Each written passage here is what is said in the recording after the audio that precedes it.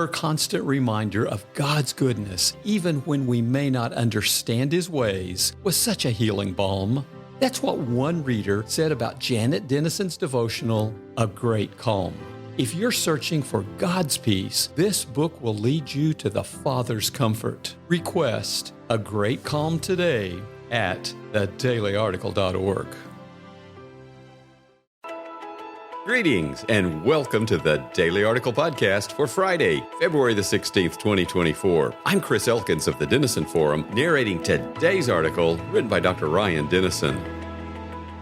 News broke yesterday that Russia is developing a space-based nuclear weapon that the United States does not have an ability to counter. This is what we know so far. The weapon would be intended to attack other satellites, potentially crippling space-based surveillance, civilian communications, and the military's ability to coordinate and control operations. To this point, it does not appear that the weapon could be used to target locations on the ground. Russia does not appear ready to deploy the weapon at the moment, though it is unclear what their timeline for doing so might be. Should Russia or any other nation send nuclear weapons into space, it would violate the Outer Space Treaty of 1967. China, Russia, and the United States have all signed that treaty, but it remains one of the few from that era still in effect. National Security Advisor Jake Sullivan met with representatives from the House Intelligence Committee on Thursday to discuss the president's planned response. Committee Chairman Mike Turner said of the briefing,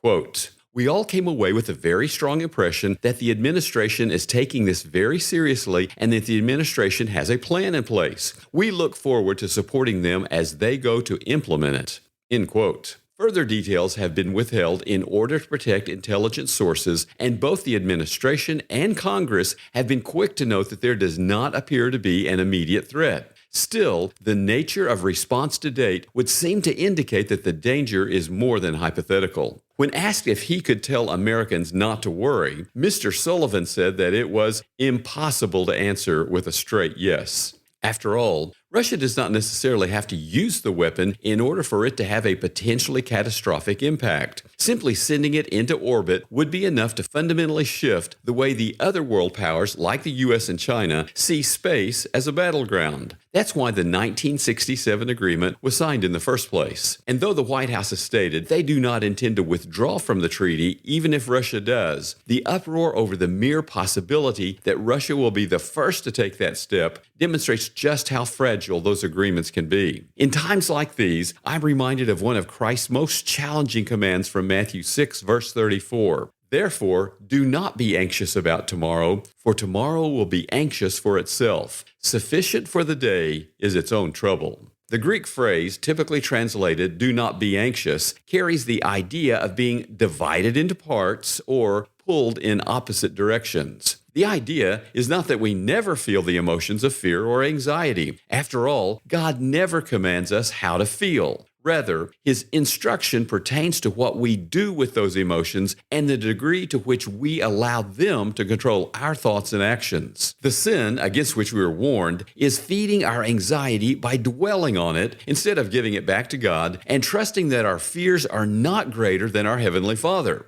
And while that's often easier said than done, choosing faith in the midst of fear can make a remarkable difference in how others perceive that faith. Anxiety is an emotion common to all people, and dealing with fear is a struggle to which all of us can relate, even if the specific cause of concern varies from person to person. Whether it's Russian nukes and the threat of World War III, or something closer to home, like stress at work or a strained relationship with family, being honest about our fears without letting them pull us in 1,000 directions can demonstrate the power and authenticity of the gospel to those who desperately need to encounter both. So don't be naive about the dangers we face, and don't feel as though you have to act like everything is all right if it's not. That's not faith, it's ignorance. Instead, let God use those fears as a way of drawing you closer to Him and to remind you that He is still greater than any troubles we face in this world. That's how we can escape the anxiety that is ripping apart so many parts of our world and help others learn to do the same. How stretched do you feel today?